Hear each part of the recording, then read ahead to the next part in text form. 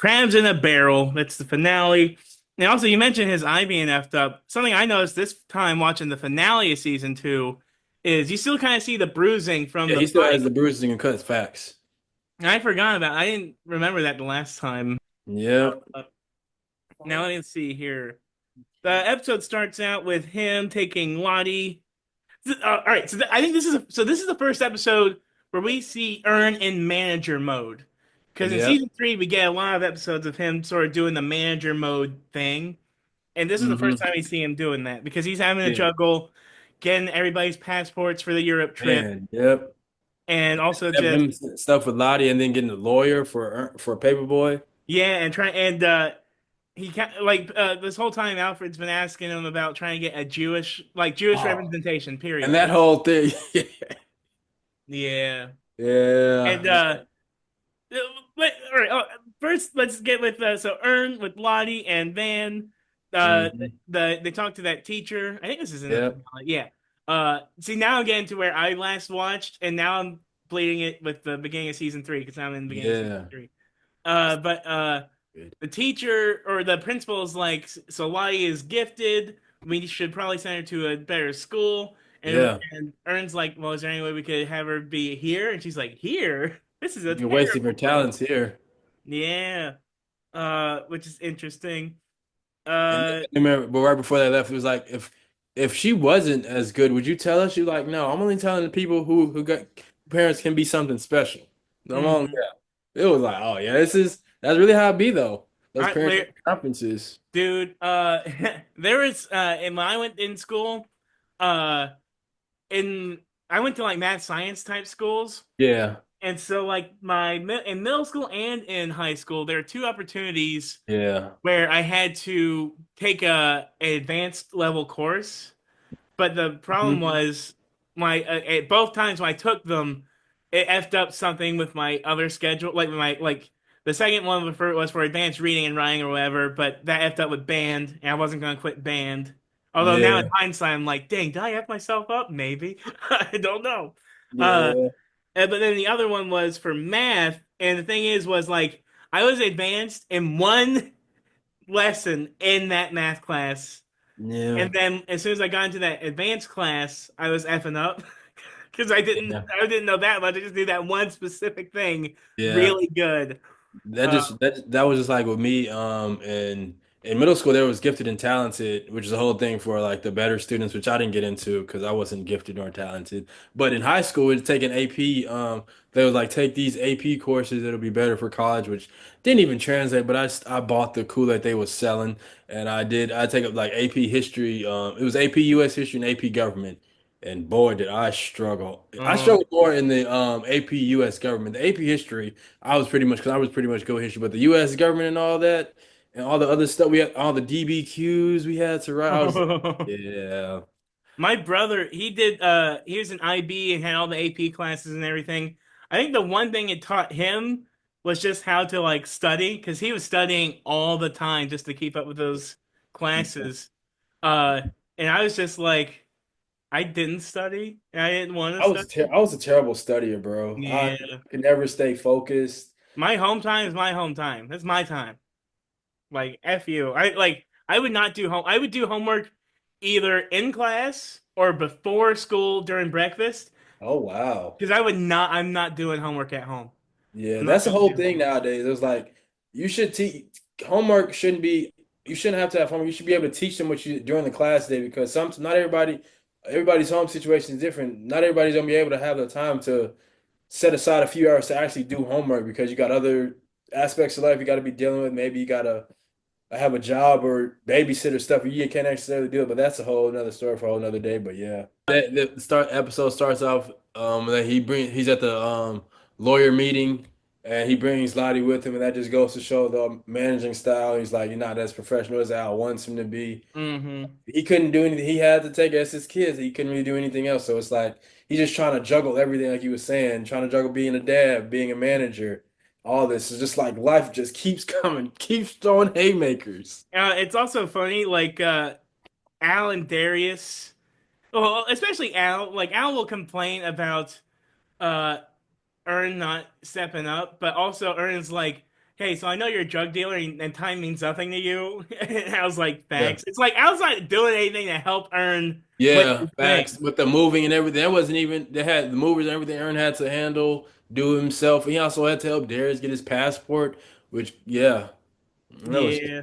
yeah. Aaron doesn't get as much credit because it's like they both have two different styles and approaches of doing things, which makes it so good and makes season three even that much. Because like season three is when everything starts to finally click in jail for Hmm. Paperboy and his success and all that.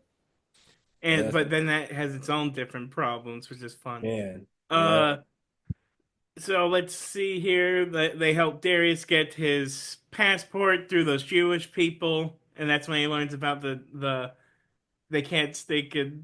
Yeah, I mean that's when they asked the question about like the Jewish people have the connections in the music industry, and we all know why. We all Hmm. know why. It's a Rep whole thing. the reparations the Jewish people got, they was able to use that money, But and that's that's the thing. I do think it is interesting, like how people often talk about how Jewish people run the entertainment industry, they which is do. it's like it's true-ish though. It's like the reasons why they say are like different from the Yeah.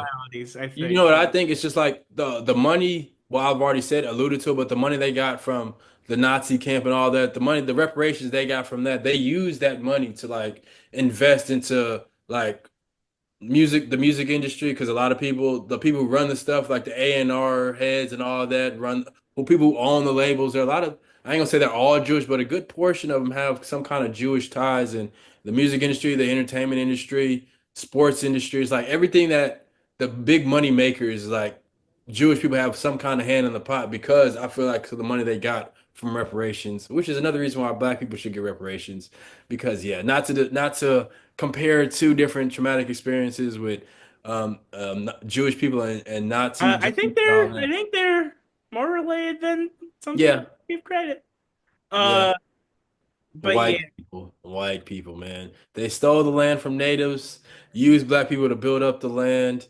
And yeah, oh, let's not get started on back to the episode. Don't get me started on all. Anyway, god dang it. This it's really just Ern trying to get everything done. And I think Yep. this his him showing that he's getting everything done. They get to the sinking they finally get to the airport. They're they you finally think, oh, Ern's got Made everything it. together. They're on their way out. Gotcha. He looks in his backpack and there's a golden gun that Yeah, effing the Cat go Williams gave yeah, the him. Cat Williams piece.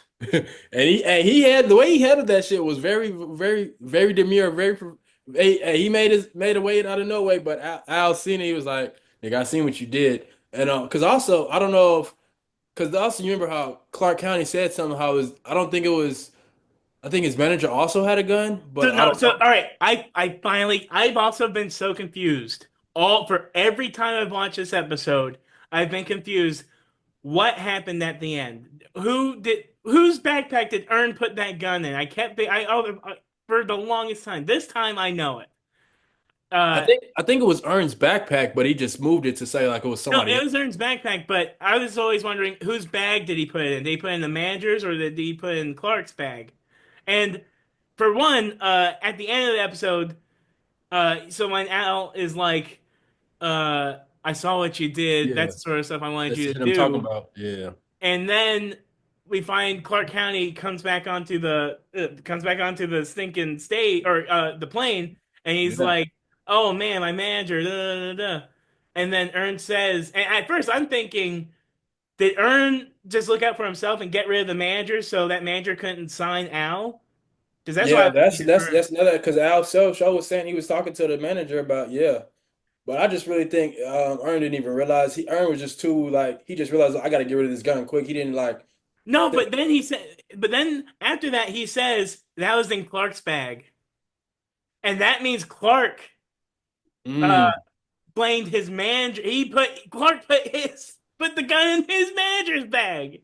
damn, but yeah, how does that work? Because if they didn't realize that it was Clark's bag, then a lot of time they gonna because he's black they gonna let yeah I don't know that is a good point. Yeah, Hmm. I don't know.